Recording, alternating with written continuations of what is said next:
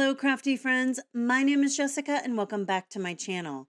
Today, I have a card for you using some Simon Says Stamp products and some Distress Oxide sprays, along with a mica spray. I was so inspired by the new release of Distress Spritzers that I needed to refamiliarize myself with some of my favorite products. So I went ahead and embossed this watercolor panel. This is this is Canon extra large cold press watercolor. And I went ahead and embossed it with the Gingko leaves embossing folder. And now we're going to create an ombre spray. So I'm starting with Saltwater Taffy, then moving into abandoned coral. And I'm trying to get that three line of ombre. Now to finish it off with festive berries so that we can get this lovely corally pink blend. So now I'm going to go ahead and dry that off camera. I wanted the panel dry before I went in with the mica spray. Now mica spray is very potent, and as Tim Holtz expressed, it's very different than the spritzers that just came out. So I'm excited to add those into my craft room and see how well they play with the rest of the line.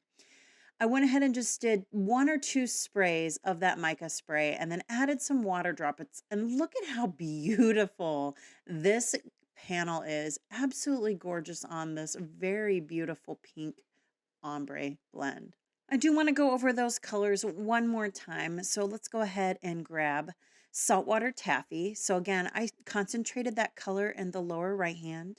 And then Abandoned Coral, I put it in the middle band. And then Festive Berries on the upper left panel. And then misted the whole thing with that Cocktail Party mica spray. Now, you're going to watch me process creating a card in real time or slightly sped up.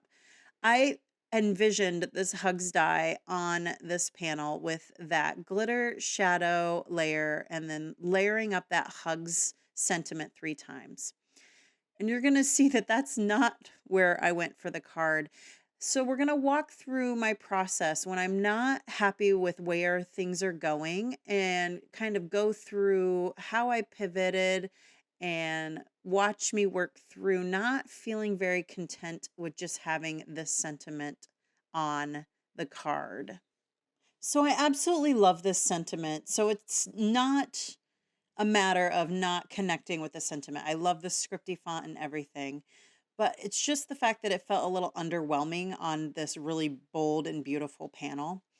So what I'm doing here is I trimmed my panel down to 4 by 5 1/4, and I'm just finishing up adding the last bit of glue to the sentiment before I move and pivot on. Just using one of my stamp blocks as a pressure tool, just like I do. I all the time. I do not use these for stamping, but I really wanted to add some dimension. So I popped this panel up using my favorite foam tape from Altenew. This has the most beautiful loft to it, and I use it a lot on my background panels. So I trimmed it down because I wanted to add that little bit of a white border. I thought that might help connect the sentiment to the panel. So I'm already kind of not feeling how this card is going. This is the original vision I had, but it just goes to show that sometimes you can think that you have the perfect idea, and then when you go to execute it, it's just not clicking. And here you can see, I love that hugs die. It's just, there's something missing. So I went and I got these foil and cut dies from Simon Says Stamp that are ginkgo leaves. I thought that would go really, really great with the background. I did not foil them, but what I did is I die cut them and then I ran them through my foiling machine without foil just to get the indentations and add a little bit of texture to the leaves. But I wasn't liking that either. So you're just going to see me continue to fiddle because I'm the fiddling queen, self-proclaimed, and try to get a layout that I felt like was looking good. But at this point, I'm just forcing it. It's not working for me. I'm trying all the different ways and it's still such a struggle. You know, I'm following the rules of 3, just not enjoying it. I thought about cutting the stems, but I was like, no, I don't want to do that if I'm not really feeling it. I'm going to try it one more time, or actually probably a couple more times before I finally do end up giving up, but wasn't having that. So then I'm like, maybe it needs to be a different type of die cut. And I really love this Frond from Simon Says Stamp. And I liked where it was going, but the sentiment was still not enough for me. And I'm still trying to make it work. I'm going to do one more thing with these ginkgo leaves because I really liked the idea of having the embossed panel and then adding the ginkgo leaves on top. But I'm still struggling. So you know what? I think I thought a meteor sentiment would look better. So I went ahead and grabbed one of my favorite hello sentiments from Simon Says Stamp, and we're going to go ahead and pop it up 3 times as well to kind of match the way that I built the hugs die. This one goes together pretty easy. It's a nice substantial hello font, so it goes together very well when you're layering it up like this.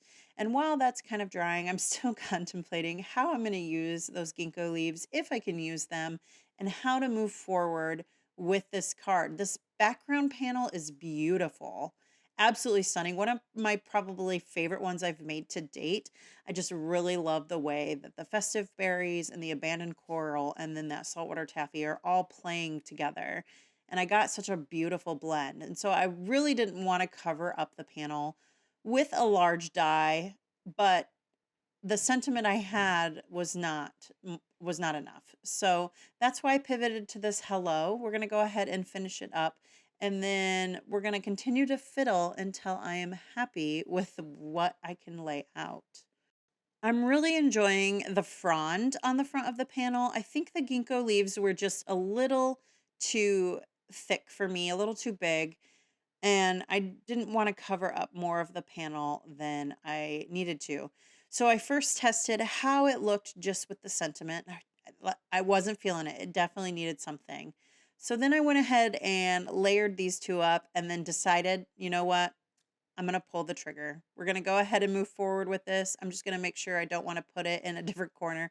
I did like it from the top corner, but at the end of the day, I do choose to put it kind of down here in the bottom right hand quadrant and add that sentiment on top with a little bit more foam tape just to add a little bit more dimension.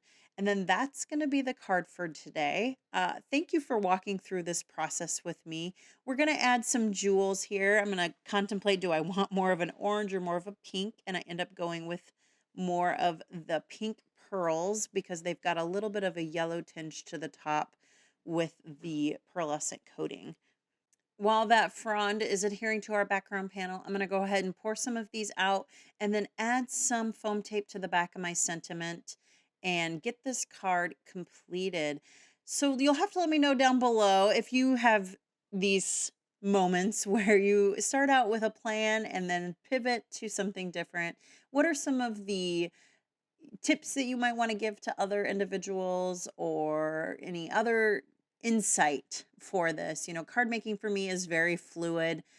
Very rarely do I go into it knowing exactly what I want to do because cards, you know, the processes and the techniques that we use, it changes and pivots and you can just change the path on where I'm going constantly. So that is the card for today. Like I said, all of the supplies will be listed below in the description box. And please note that they are affiliate links. And what that means that if you shop with me, I do receive a small commission at no cost to you. Thanks for joining me today. I appreciate you being here. Let me know what you think of this card in the comments below. And I hope that you have a beautiful day.